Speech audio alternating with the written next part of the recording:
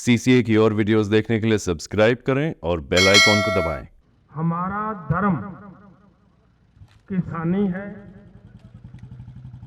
हमें अपने किसानी धर्म को निभाने के लिए विचारने की जरूरत है। और देश के किसान को, खास तौर पर मैं आज यूपी की धरती पे बैठा हूं, यहां के किसान को क्या गन्ने का उचित मूल्य पहले मिल रहा है? ये जो 24-25 का आंदोलन हमने किया, एक युवा नौजवान इस उम्र का शहीद हुआ वहां पे, किसके लिए? कि हमारे देश के लोगों को एमएसपी गारंटी कानून मिलना चाहिए। देश के किसान को जो एमएसपी से कम दाम पर फसल बेचनी पड़ी है, उस कारण 111 लाख करोड़ रुपए का नुकसान झेलना पड़ा है आपको। हमें नहीं, पंजाब वालों को नहीं हुआ, आपका हुआ है कि हमारा परिवार है। हम सब ने मिलकर इस लड़ाई को लड़ना। अगर हम ये भी समझते हैं कि पहले बिहार में मंडी खत्म की, अब आपकी भी तो हुई खड़ी है ना, यूपी वालों की भी तो होगी, तो कल हरियाणा, राजस्थान, पंजाब की भी होगी। हम क्यों ना समा आने से पहले खड़े हों। ये जो डिमांड है कि एमएसपी गारंटी कानून मिले, किसानों की कर्ज मुक्ति हो, डॉक्टर स्वामीनाथन की रिपोर्ट अनुसार फसल का रेट मिले, ये आप हमारी सबकी मांग है या केवल हमारी पंजाब वालों की मांग है? बताएं, हमारी सबकी मांग है।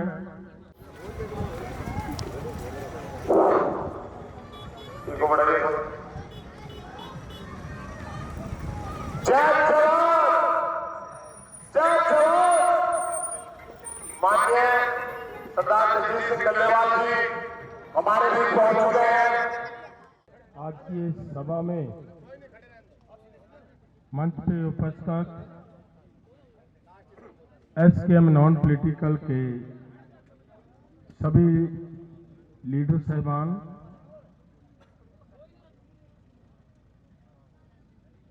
हमारे इस यात्रा के सहयोगी सभी योद्धा वीर और हमारे सामने बैठे हमारे सभी भगवान के समान हमारे किसान भाइयों, सबसे पहले सत श्री अकाल, राम राम, वाहिगुरु जी का खालसा, वाहिगुरु जी की फतेह। देखिए, जो नितिन ने बात जहां से शुरू की, उम्र में भले वो एक नौजवान लग रहे हों, लेकिन बात बहुत काम की कही है उन्होंने कि लगातार जब देश गुलाम था तब भी डिवाइड एंड रूल पे काम होता रहा, लेकिन आज जब देश आजाद है तब भी डिवाइड एंड रूल पे काम चल रहा है।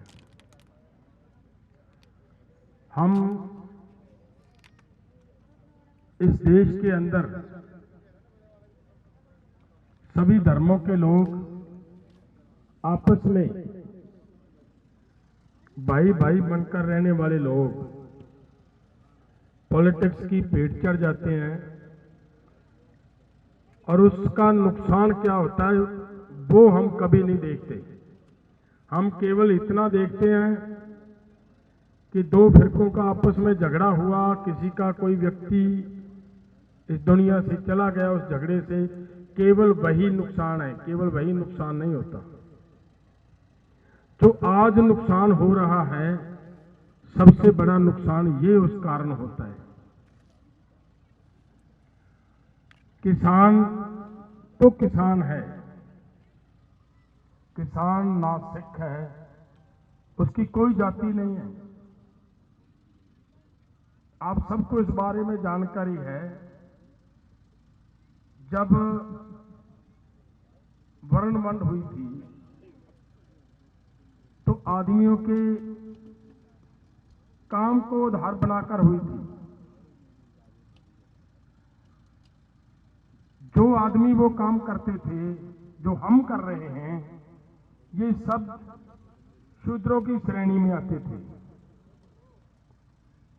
वो भले मुसलमान हो, भले वो सिख हो, भले वो हिंदू हो, वो क्रिश्चियन हो, वो कोई भी हो, हमारा धर्म किसानी है। हमें अपने किसानी धर्म को निभाने के लिए विचारने की जरूरत है।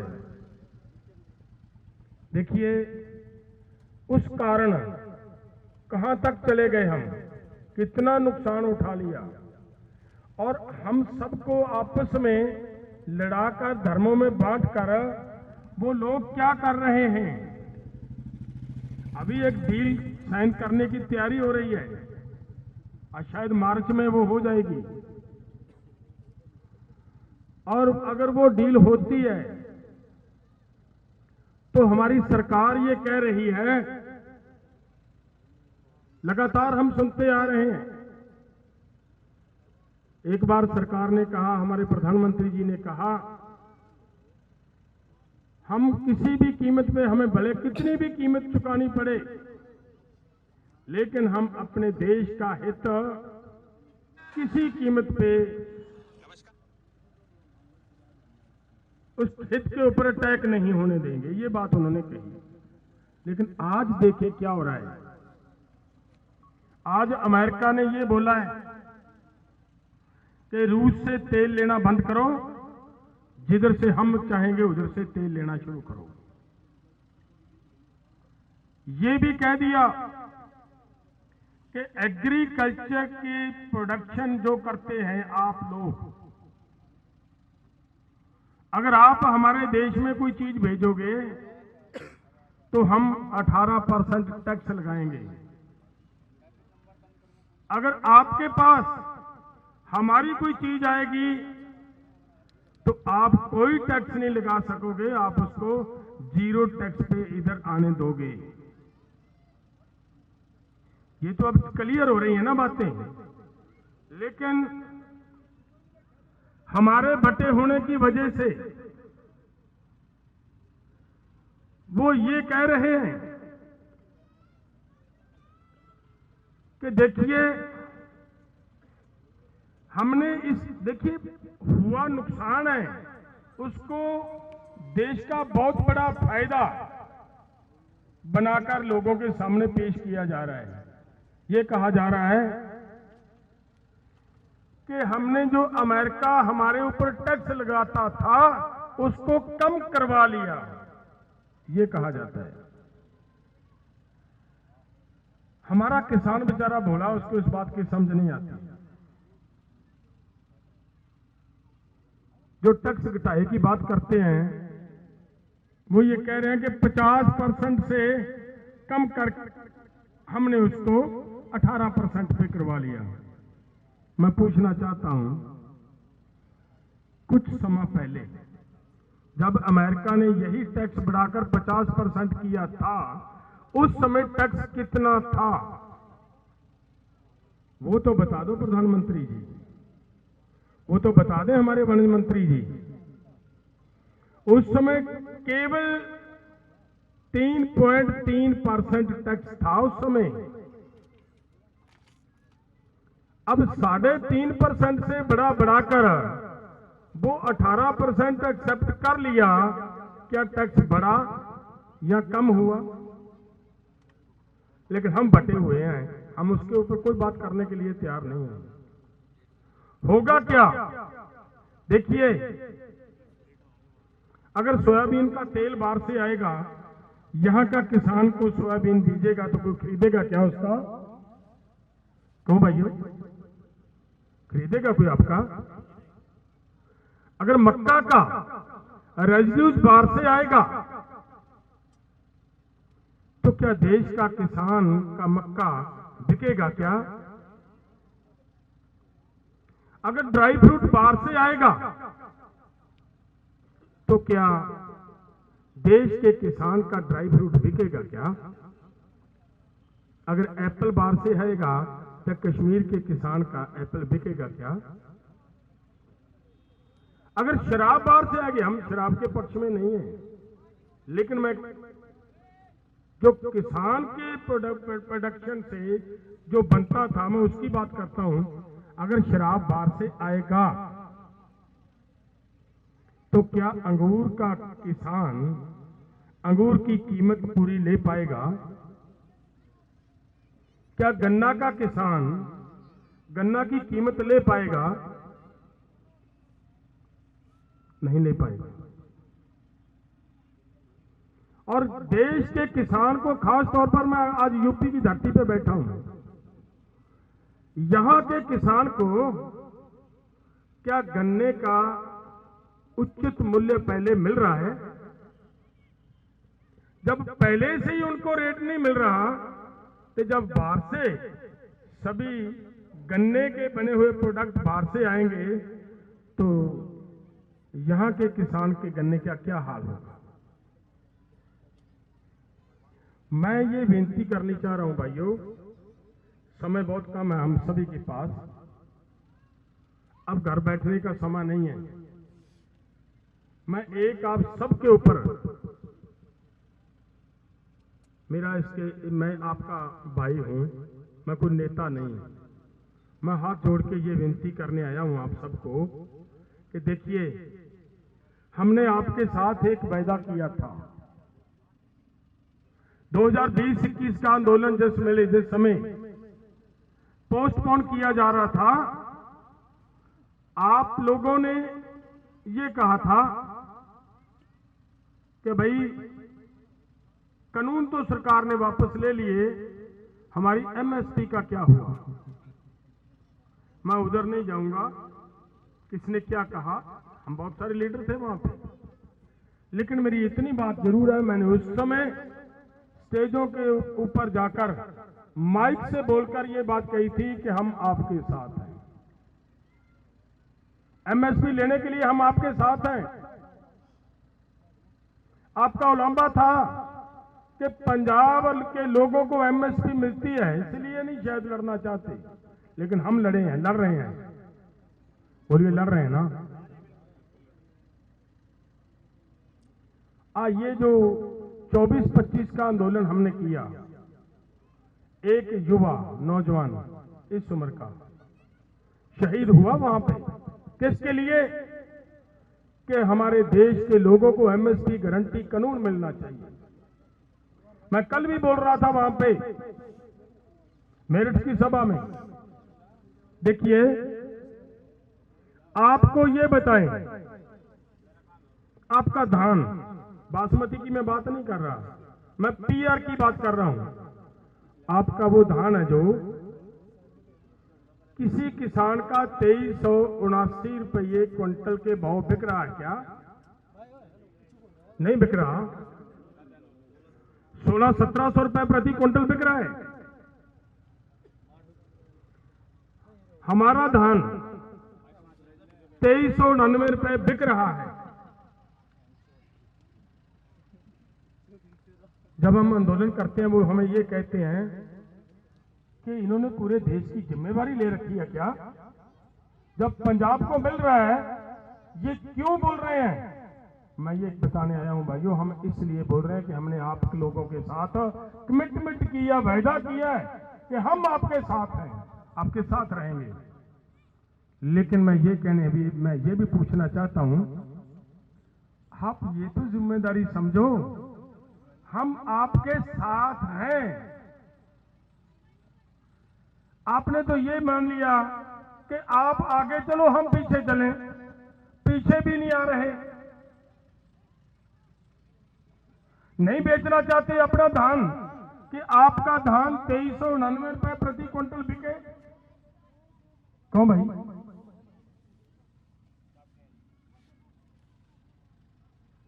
आपका धान इस रेट पे ना बिकने की वजह से यहां कल मैंने तो पहले की रिपोर्ट एक पढ़ी थी, कल बच्चों ने एक और रिपोर्ट की बात रखी, ये सुनिए उस रिपोर्ट में क्या है। उस रिपोर्ट में ये बात कही गई है, ओईसीडी की रिपोर्ट है, जो पढ़े लिखे साथी हैं सब गूगल पे सर्च कर लीजिए। उन्होंने ये कहा है सन 2025 तक, 2000 से लेकर 2025 तक 25 साल के पीरियड में देश के किसान को जो एमएसपी से कम दाम पर फसल बेचनी पड़ी है, उस कारण 111 लाख करोड़ रुपए का नुकसान झेलना पड़ा है आपको। हमें नहीं, पंजाब वालों को नहीं हुआ, आपका हुआ है, जिनका बिक नहीं रहा। 111 लाख करोड़ का नुकसान और 7 लाख किसान खुदकशी कर चुका। कारण क्या है कि भारत के किसानों के सर पे 25 लाख करोड़ का कर्ज है। उस कर्ज की वजह से 7 लाख किसान मर गया, उनके बच्चे रुल गए, उनकी बीवियों को कहां कहां कैसा कैसा समझौता करना पड़ा, वो हम जानते हैं, इस बात के बारे में जानकारी है। देखिए, हमें इस बात का दर्द है कि हमारा परिवार है, हम सब ने मिलकर इस लड़ाई को लड़ना। अगर हम ये भी समझते हैं कि पहले बिहार में मंडी खत्म की, अब आपकी भी तो हुई खड़ी है ना, यूपी वालों की भी तो होगी, तो कल हरियाणा, राजस्थान, पंजाब की भी होगी। हम क्यों ना समय आने से पहले खड़े हों। तो मैं ये चाहता हूं भाइयों, ज्यादा समय नहीं है आज बात करने का। मेरी एक ही हाथ जोड़ के विनती है कि ये लड़ाई, अगर 25 लाख करोड़ की वजह से 7 लाख किसान मर गया, अगर ये एमएसपी जो तय की जाती है वो मिलती रहती, तो वो क्या 7 लाख किसान हमारा मरता? नहीं मरना था। वो 7 लाख तो गया, अब और को कैसे बचाना है, उसके लिए हमारा प्रयास है कि आज जो सरकार हमें रेट तय करती है हमारा, वो हमारे किसान को मिल जाए। उसके लिए एमएसपी गारंटी का कानून मांगते हैं। ये है एमएसपी गारंटी कानून की मांग, ये है आपकी मांग, पूरे देश के किसानों की मांग। हम ये कहते हैं कि हमारा 111 लाख करोड़ रुपया लूटा गया, कर्ज हमारे सर पे 25 लाख करोड़ है, इसलिए हमारे सर पे कर्ज बनता ही नहीं। ये खालिस्तानी है, ये आतंकवादी है, ये अमेरिका ने इन लोगों को फंडिंग करके बिठाया हुआ है, इन लोगों को पाकिस्तान ने फंडिंग करके बिठाया हुआ है, इन लोगों को कांग्रेस ने बिठाया हुआ, यही बोलते हैं ना, सभी सुनते हो गए ये तो बातें। आप बताओ, ये जो डिमांड है कि एमएसपी गारंटी कानून मिले, किसानों की कर्ज मुक्ति हो, डॉक्टर स्वामीनाथन की रिपोर्ट अनुसार फसल का रेट मिले, ये आप हम हमारी सबकी मांग है या केवल हमारी पंजाब वालों की मांग है? बताएं, हमारी सबकी मांग है। जब सबकी मांग है तो सभी को मांगना पड़ेगा। एक मां के 2 बच्चे हो ना, जो बच्चा रोता है उसको तो दूध पिला देती है, जो शांत पड़ा रहता है, सोया रहता है, उसको दूध नहीं पिलाती। मां एक ही है। इसके लिए मेरी हाथ जोड़ के विनती है, मैदान में आओ, सब इकट्ठे हो। हमारा धर्म खेती है, हमारी जाति खेती है, ना हम धर्मों में बटे, ना जातियों में बटे, ना हम क्षेत्रों में बटे। कोई यूपी नहीं, कोई पंजाब, हरियाणा, राजस्थान, मध्य प्रदेश नहीं है। किसान तो किसान है, मध्य प्रदेश का किसान भी मर रहा है, पंजाब का किसान भी मर रहा है, यूपी का किसान भी मर रहा है। तब फिर किसान को बचाने के लिए हम सबको एकजुट होकर बड़ी लड़ाई करने की जरूरत है। मैं ये विनती करता हूं भाइयों, आपके अगर जितनी संख्या में पंजाब से लोग दिल्ली आए, अब की बार जब दिल्ली पंजाब के लोग जितनी संख्या में आते हैं, उतनी संख्या में हम ये उम्मीद करते हैं, आपसे आशा करते हैं कि यूपी के लोग भी उससे अधिक गिनती में वहां पहुंचे। वो हमें फिर खालिस्तानी नहीं कह पाएंगे। उनको हमारी मांग के आगे झुकना पड़ेगा। हमारा इतना ही है। आप सबने बड़े प्रेम से बातचीत सुनी। समय का अभाव है, इसलिए हमारे बहुत सारे लीडर साहबान हमारे साथी आए हैं। उनकी भी बहुत कीमती बातें करने वाले, बहुत समझ रखने वाले लीडर साहबान हैं, लेकिन आज समय कम था, इसके लिए इतनी की हमारी हाजिरी आप सब ने स्वीकार कर लेना। कभी फिर इकट्ठे हुए बाकी बातें फिर करेंगे। बहुत बहुत धन्यवाद।